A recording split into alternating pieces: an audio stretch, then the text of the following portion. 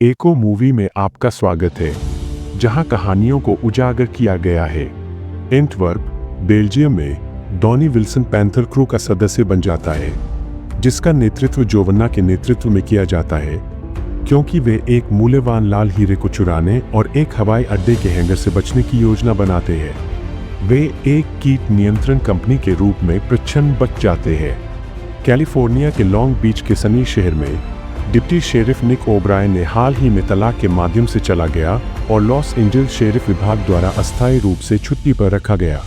वह होली की प्रेमिका से मिलता है, जो मेरीमेन भी है, और सफल फेडरल रिजर्विस्ट के बाद उनकी योजनाओं के बारे में पूछताछ करता है।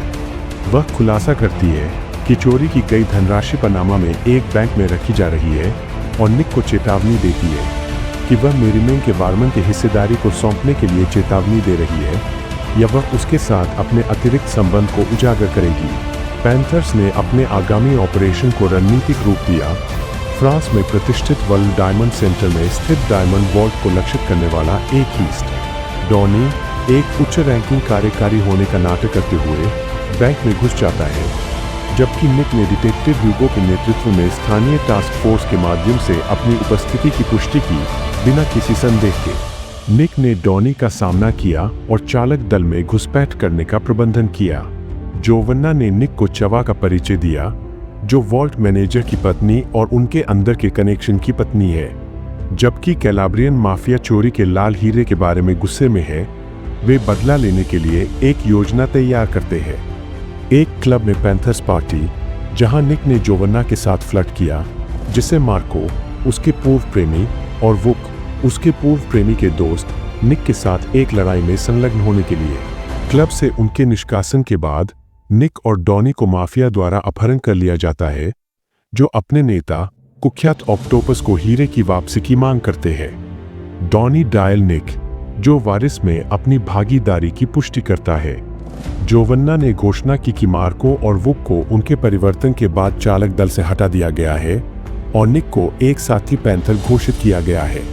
एक सुरक्षा ठेकेदार की आड़ में चरित्र एक जमा बॉक्स में हीरे को सुरक्षित रूप से स्टोर करने के लिए एक और चरित्र के साथ होने के दौरान तिजोरी का पता लगाने की योजना तैयार करता है। तिजोरी से बाहर निकलने के बाद निक ने ह्यूगो और उनके बच्चों का सामना एक चर्च में किया।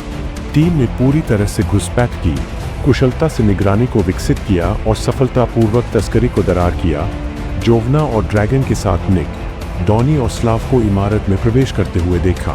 वे मूल्यवान हीरे और धन को सुरक्षित करते हैं, लेकिन उनके भागने के दौरान कठिनाइयों का सामना करते हैं।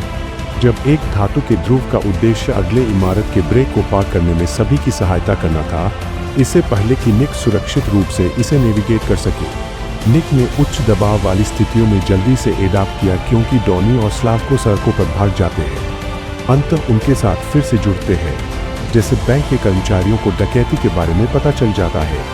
एक पार्किंग गैरेज में एक दूसरे का सामना करने पर तीनों लोग निक, डॉनी और स्लावको से पहले जोवान की वैन को अपने चोरी के सामान को सौंपते हैं, जो कब्जा करने के लिए इतालवी सीमा पर आगे बढ़ते हैं।